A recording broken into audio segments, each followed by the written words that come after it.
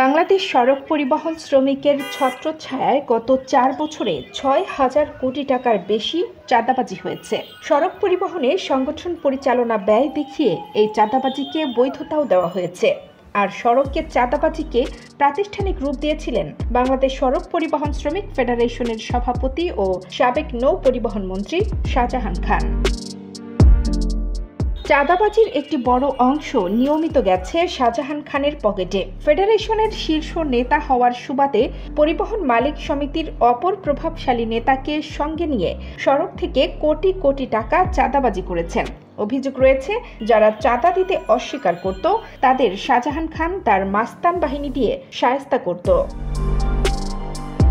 এ বাহিনীর কাছে বছরের পর বছর জিম্মি ছিল পরিবহন মালিকরা। সড়কের নিরাপত্তা নিশ্চিতে কঠোর শাস্তির বিধান রেখে সড়ক পরিবহন আইন প্রণয়নের অন্যতম বাধাও ছিলেন তিনি। ডিবি পুলিশ এই প্রভাবশালী মন্ত্রীকে বৃহস্পতিবার রাতে ধানমন্ডি থেকে গ্রেপ্তার করে।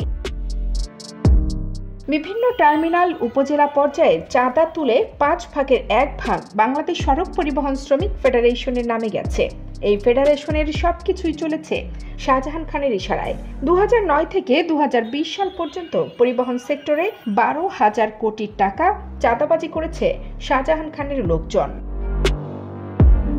শাহজাহান খান ও সহযোগীরা ক্ষমতার অপব্যবহার করে পরিবহনে চাঁদাবাজির স্বর্গরাজ্য গড়ে তুলেছিলেন। চাঁদাবাজির আয়ে পরিবার, পরিজন, আত্মীয় স্বজনের নামে তারা বিপুল পরিমাণ নগদ অর্থ ও সম্পদ করেছেন।